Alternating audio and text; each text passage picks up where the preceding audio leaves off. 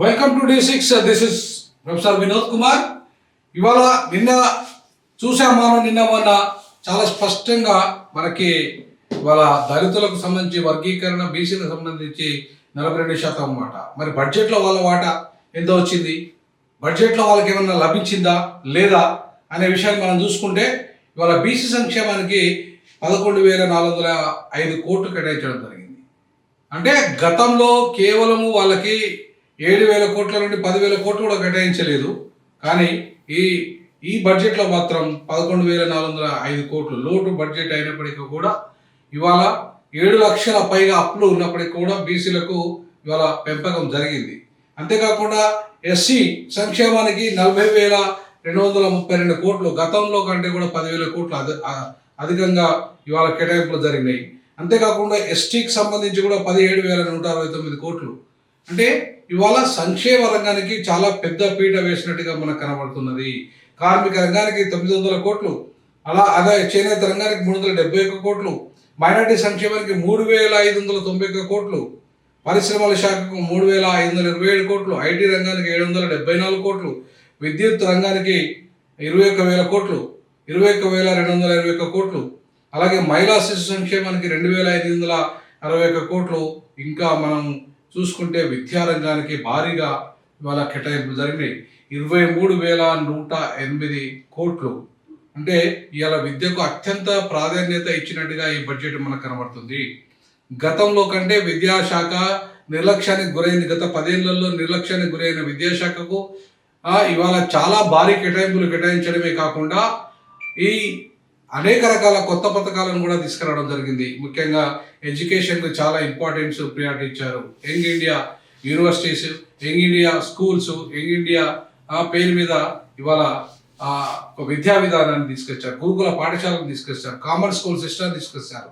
గతంలో గురుకులాలన్నీ కులాల పేరు మీద ఉంటే ఇప్పుడు కామన్ స్కూల్ ఏ కులమైనా సరే, ఎంత ధనికుడైనా సరే, డబ్బు లేనోడైనా సరే, ఒకటే స్కూల్లో ఒకటే విద్యలో, అది అన్ని రకాల ఐటీ రంగంతో పాటు స్కిల్కు సంబంధించి అనేక రంగాల స్కిల్స్కు సంబంధించి కూడా ఇవాళ స్పష్టంగా మనకు ఈ బిల్లులో కనబడుతుంది. అంటే ఈ బడ్జెట్లో కేటాయింపులో కనబడుతుంది. ఇవాళ మాకు వ్యవసాయ రంగానికి అత్యంత ప్రాధాన్యత ఇచ్చారు.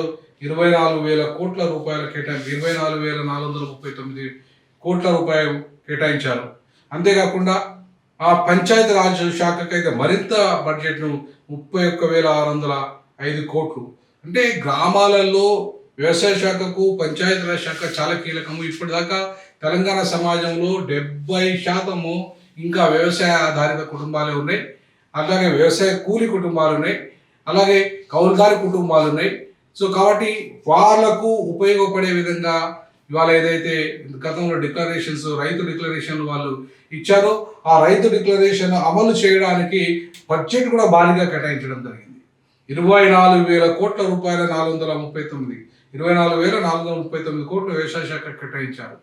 అంటే దాంట్లో వ్యవసాయ కూలీలకు, అలాగే వాళ్ళ కౌలుదారు వాళ్లకు, వ్యవసాయ కూలీలకు 12,000, కౌలుదారి రైతులకు 15,000 రూపాయలు ఇస్తారన్నారు, అమలు చేస్తున్నారు. అంతేకాకుండా వాళ్ళకు రైతు బంధు, రైతు బీమా, అలాగే రైతు భరోసా, వాళ్ళ రైతు రుణమాఫీ చేసి 22 లక్షల మందికి రైతు రుణమాఫీ చేసి చరిత్రను సృష్టించిన ఘనత కూడా ఇలా కాంగ్రెస్ ప్రభుత్వానికి దక్కుతుంది.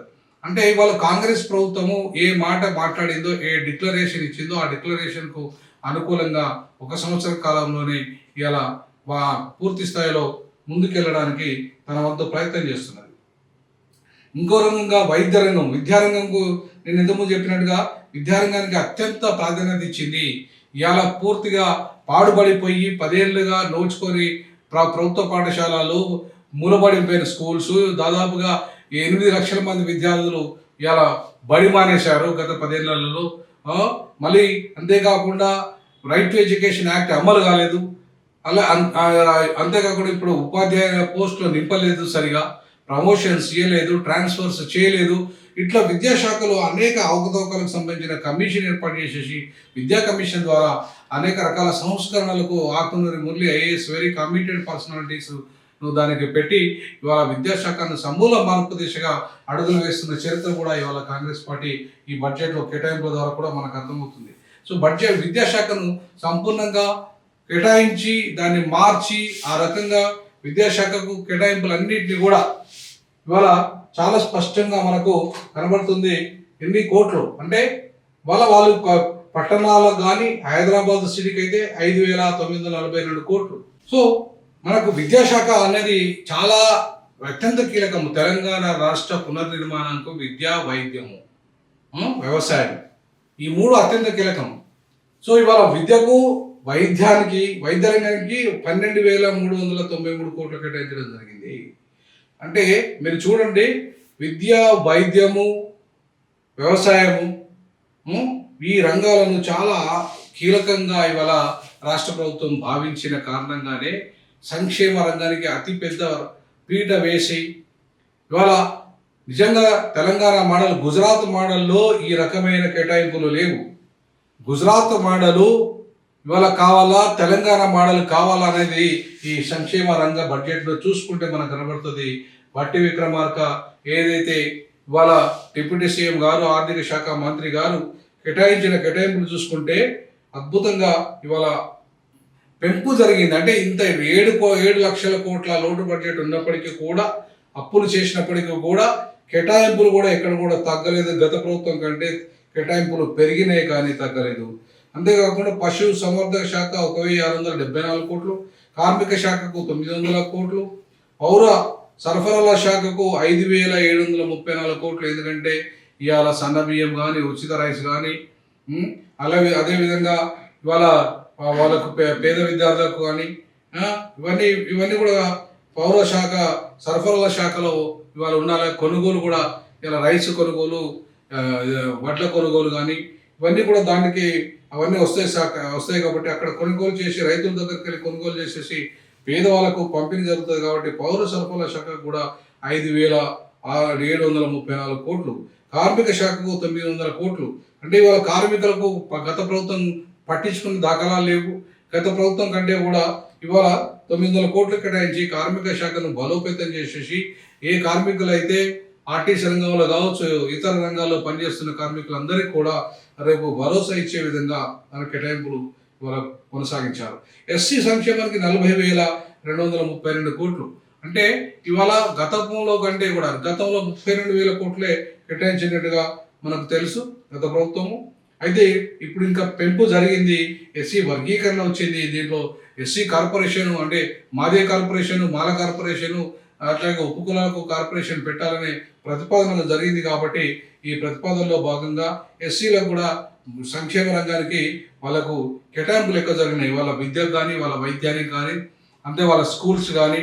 సో ఎస్సీలకు సంబంధించిన వాళ్ళకి ఇండ్ల నిర్మాణం కానీ, రోడ్ల నిర్మాణం కానీ, ఇవన్నీ ఇట్లా అనేక రకాల అంశాలు వాళ్ళు ముడిపడి ఉన్నాయి. కాబట్టి పాపం అత్యంత వెనుకబడ్డ వర్గాలుగా ఎస్సీలు, షెడ్యూల్ కులాలు నిలబడ్డారు. కాబట్టి వాళ్ళని ఎంపవర్ చేస్తూ విద్యారంగంలో, వైద్య రంగంలో, అలాగే ఆ ప్రపంచంతో పోటీ పడే విధంగా ఆ వర్గాలను తయారు చేసి వాళ్ళకు ఉన్నత రంగంలో ఎదిగే విధంగా, అన్ని రంగాల్లో ఎదిగే విధంగా కృషి చేసేయడానికి కూడా ఇవాళ బడ్జెట్ 40,232 కోట్లు పెట్టాయి. అట్లాగే ఎస్టీకి కూడా, ఎస్టీలు, ఆదివాసీలు, లంబాడీలు, గోండీలు ఈ రకమైన జాతులను కూడా ఎంపవర్ చేయాలంటే ఎస్టీలకు కూడా సపరేట్ కార్పొరేషన్ ఉంది. ఇలా ఎస్సీ కార్పొరేషన్ కాకుండా సపరేట్గా ఎస్టీలకు సపరేట్ కార్పొరేషన్ ఉంది. ఇవాళ ఎస్సీ కార్పొరేషన్ వేరు, ఎస్టీ కార్పొరేషన్ వేరు ఉంది. కాబట్టి ఎస్టీలకు సంబంధించిన అనేక పథకాలను కూడా కొత్త డిక్లరేషన్స్ ఇచ్చింది. కాబట్టి దాన్ని అమలు చేయాలి. కాబట్టి ఎస్టీకి కూడా బలమైన కేటాయింపులు జరిగినట్టే కనపడుతుంది. బీసీలకు గతంలో 7,000 కోట్లు ఉంటే ఈసారి 11,405 కోట్లు కేటాయించారు. ఎందుకంటే కేటాయింపులు తక్కువ కనపడ్డా కూడా దానిలో మళ్ళీ చేనేత రంగానికి 377 కోట్లు, తర్వాత పారిశ్రమల శాఖ 3,527 కోట్లు, తర్వాత ఇంకా మిగతా రంగాలు ఏవైతే ఉన్నాయో అవి కూడా వాటికి సంబంధించి వస్తాయి. కాబట్టి ఇలా గతంలో కంటే కూడా వాళ్ళ బీసీ సంక్షేమానికి ఇంకా భారీగా పెరగాల్సి ఉండే, మినిమం ఒక 25,000 కోట్ల రూపాయలైనా కేటాయింపులు జరగాల్సి ఉండే కనీసము. కానీ ఇక్కడికి బీసీలకు కేవలం 11,405 కోట్లు మాత్రమే కేటాయించారు. గత ప్రభుత్వం కంటే ఎక్కువనే కేటాయించినప్పటికీ కూడా అది సరిపోదు. ఎస్సీలకు సంక్షేమానికి 40,000 కోట్లు కేటాయించినప్పుడు మరి బీసీలు 52% ఉన్న బీసీలకు కనీసం 50,000 కోట్లైనా కేటాయించాలి కదా. మరి 50,000 కోట్లు కేటాయించాల్సిన బీసీలకు 11,000 వాళ్ళ సంక్షేమం కోసం కేటాయిస్తే ఎట్లా? కాబట్టి బీసీలకు ఇవాళ పెరగాల్సిన అవసరం, బీసీ సంక్షేమానికి డబ్బులు పెరగాల్సిన అవసరం ఉంది. చేనేత పరిశ్రమలకు 371 కోట్లు సరిపోవు, అది కూడా పెంచాల్సిన అవసరం ఉంది. అలాగే ఫిషరీస్ కానీ ఇంకా వృత్తి చేసుకునే వర్గాలు కానీ వీళ్ళందరికీ కూడా ఇంకా పెంచాల్సిన అవసరం ఉంది. బడ్జెట్ మొత్తానికి ఇవాళ బీసీలకు సంబంధించి బడ్జెట్ తక్కువనే ఉన్నది, దాన్ని ఇంకా అనుకున్న స్థాయిలో రాలేదు. ఇవాళ భట్టి గారు మరి నెక్స్ట్ ఇయర్ బడ్జెట్లోనైనా బీసీలకు పెద్దపీట వేయాల్సిన అవసరం ఎంతైనా ఉంది. 42% వాళ్ళకు ఒక విద్యా ఉద్యోగ రంగంలో వాటా, అలాగే ఇవాళ లోకల్ బాడీలో వాటా ఒకటే సరిపోదు, బడ్జెట్లో కూడా వాటా రావాలి. సంక్షేమంలో వాళ్ళకి ఇంకా తగ్గింది, అది ఖచ్చితంగా ఆ దిశగా రావాలని చెప్పేసి ఇవాళ మనం కోరుకోవాలి. ఎందుకంటే ఇవన్నీ కూడా మనకి అనేక రకాల కామెంట్స్ వాటి మీద బడ్జెట్ మీద వస్తున్నాయి కొంత. బట్ ఏది ఏమైనప్పుడు కూడా గత ప్రభుత్వం కంటే కూడా ఇవాళ మెరుగైన బడ్జెట్గానే మనం భావించాలి. ఇంకా మైనార్టీ సంక్షేమానికి విషయానికి వస్తే 3,591 కోట్లు కేటాయించారు. పరిశ్రమల శాఖకు 3,527 కోట్లు కేటాయించారు. ఐటీ శాఖ ఇప్పుడు బాగా డెవలప్ అవుతుంది కాబట్టి 774 కోట్లు. విద్యుత్ అయితే ఇట్లా పవర్ అనేది చాలా ఇంపార్టెంట్ కాబట్టి 21,221 కోట్లు కేటాయించడం జరిగింది. ఇంతకుముందు చెప్పినట్టుగా వైద్య రంగానికి పెద్దపీట వేశారు, 12,000 కోట్లు, 12,393 కోట్లు. ఇవాళ వైద్య రంగంలో వాళ్ళు రిక్రూట్మెంట్ చేశారు, వాళ్ళందరికీ జీతాలు రావాలి. అలాగే హాస్పిటల్స్ కొత్తవి, కాలేజెస్ కొత్త ఏర్పాటు చేశారు, వాటికి కూడా వాళ్ళకు కూడా అక్కడ ప్రొఫెసర్స్, తర్వాత ఇన్ఫ్రాస్ట్రక్చరు, తర్వాత ల్యాబ్స్, వీటన్నిటి కూడా డబ్బులు అవసరం కాబట్టి ఇలా వైద్య రంగానికి కూడా 12,000 కోట్లు, కానీ ఇంకా పెంచాల్సిన అవసరం ఉంది. వైద్య రంగానికి ఇంకా పెద్దపీట వేయాలి. అంతేకాకుండా పురపాలక రంగానికి 17,600 మంచి కేటాయింపులే జరిగింది. ఇంకా నీటిపారుదల శాఖకు అయితే 23,000 కోట్లు 373. ఎందుకంటే ఇది చాలా ఇంపార్టెంట్. నీటిపారుదల శాఖ వ్యవసాయ రంగానికి ముడిపడి ఉంటుంది నీటిపారుదల శాఖ. సో వ్యవసాయ రంగానికి ఇక్కడ మనకు 24,000 కోట్ల రూపాయలు కేటాయిస్తే నీటిపారుదల రంగానికి 23,000 కోట్ల రూపాయలు, అంటే దగ్గరగా ఈ రెండింటికి కలిపే 40 ఇవాళ అంటే దాదాపు 50,000 కోట్ల రూపాయల కేటాయింపులు జరిగినాయి. 50,000 కోట్ల రూపాయలు అంటే భారీ బడ్జెటే. దానికి ఇంకా పంచాయతీరాజ్ శాఖకు 31,000, అంటే మొత్తానికి ఈ రిలేటెడ్ పంచాయతీరాజ్ శాఖ, వ్యవసాయ శాఖ, అట్లాగే నీటిపారుదల శాఖ, వీటన్నిటి కలుపుకుంటే 80,000 కోట్ల రూపాయల బడ్జెట్కు పైగా ఇవాళ మనకు ఈ ఒక్క శాఖలో కనబడుతుంది. కాబట్టి అంటే వ్యవసాయ రంగానికి ఇవాళ 70% ఆధారపడి జీవిస్తున్న ప్రజల కోసము భారీ బడ్జెట్ మనకు కనబడ్డది.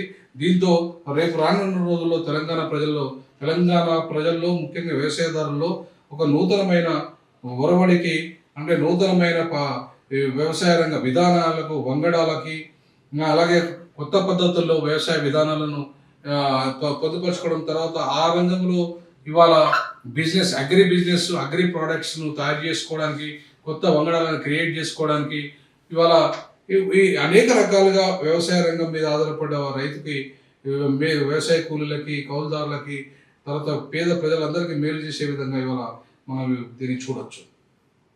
అంతేకాకుండా రోడ్ల విస్తరణ, రోడ్ల భవనాలు 5,907 కోట్లు. ఈ రోడ్లు కూడా చాలా కీలకమైన విషయాలు. ఈ రోడ్ల విషయంలో కూడా మనము అలా చూసుకోవాల్సిన అవసరం ఉంది. ఇవాళ ఆ రోడ్లు లేకపోతే, కమ్యూనికేషన్ లేకపోతే మనకు అవి లేవు. కాబట్టి రోడ్లు, కమ్యూనికేషను అన్నీ కూడా ఇవాళ మనకు చాలా కీలకంగానే ఆ విషయంలో బడ్జెట్లో కేటాయింపులు జరిగినట్టు కనబడుతున్నది. అంతేకాకుండా ఇవాళ ఇంకా పర్యాటక శాఖకి కేటాయింపులు కూడా బాగానే పెరిగాయి. పర్యాటక శాఖకి అటవీ పర్యావరణంకు 1,023 కోట్లు, తర్వాత క్రీడలకు 465 కోట్లు, పర్యాటక రంగానికి 775 కోట్లు, దేవాదాయ శాఖకు ఇవాళ 190 కోట్లు. ఈ విధంగా చూసుకుంటే మనం ప్రతి రంగాన్ని, ఏ రంగాన్ని కూడా ఇవాళ నిర్లక్ష్యం చేయలేదు తెలంగాణ ప్రభుత్వం. ఏ రంగాన్ని కూడా ఇవాళ తక్కువ చేయలేదు. మ్యాక్సిమం ఉన్న దాంట్లో కూడా కేటాయింపులు భారీగా జరిగినట్టుగానే మనకు ఇవాళ లెక్కల ద్వారా తెలుస్తున్నది. గత ప్రభుత్వము ఈ రకంగా నిర్మాణాత్మకంగా చేయకుండా, ఎక్కడైతే వాళ్ళకు బాగా ఇన్కమ్ వస్తుందో, ఎక్కడైతే వాళ్ళకి షేర్స్ వస్తాయో లేదా కమిషన్స్ వస్తాయో ఆ వైపుగానే ఆలోచించినట్టుగా మనకు ఉంది. బట్ ఏదేమైనప్పుడు గత ప్రభుత్వం కూడా చేసింది, చేయలేదని కాదు. గత ప్రభుత్వం కూడా ఇంత కేటాయింపుల్లో ముందుకు తీసుకెళ్లే ప్రయత్నం చేయలేదు. ఆ దిశగా మనము ఇవాళ ఈ బడ్జెట్ను స్వాగతించాలి. స్వాగతిస్తున్న క్రమంలో ఖచ్చితంగా దీన్ని అమలు తీరు కూడా మనం ఆలోచన చేయాలి. ఎందుకంటే కేవలం కేటాయింపులతోనే సరిపోదు, దాని అమలు కూడా కావాలి. ఇవాళ భారీగా కేటాయింపులు ఉంటాయి, కానీ అమలుకి వచ్చేసరికి ఏమాత్రము మనకు కనపడి ఇవాళ మా 40,000 కోట్ల రూపాయలుగా ఎస్సీ సంక్షేమం కేటాయించారు. బట్ రేపు అమలుకి వచ్చారు 4,000 కోట్లు మాత్రమే చూపెట్టగలుగుతారు, మిగతా అంతా డైవర్ట్ చేస్తారు. అట్లా డైవర్ట్ చేయకుండా వీళ్ళు ఎట్లయితే ఎస్సీ ఎస్టీ సప్లాన్ నిధులు తెచ్చారో ఆ సప్లాన్ నిధులు ఏ రకంగానైతే మనకు ఇవాళ గతంలో డైవర్ట్ చేసింది ఇది కేసీఆర్ ప్రభుత్వము, అది చేయకుండా ఇవాళ చిత్తశుద్ధిగా వీళ్ళే సప్లాన్ చట్టం తెచ్చారు కాబట్టి ఆ సప్లాన్ చట్ట ప్రకారంగా ఇవాళ అమలు చేయాల్సిన బాధ్యత కూడా ఇవాళ ఈ ప్రభుత్వందే. కాబట్టి భట్టి గారు భారీ సంక్షేమ బడ్జెట్ను తీసుకురాగలిగిండ్రు. దాని అమలు అనేది చాలా కీలకం అనే విషయాన్ని D6 టీజాక్ భావిస్తుంది. జై భీమ్, జై పులే.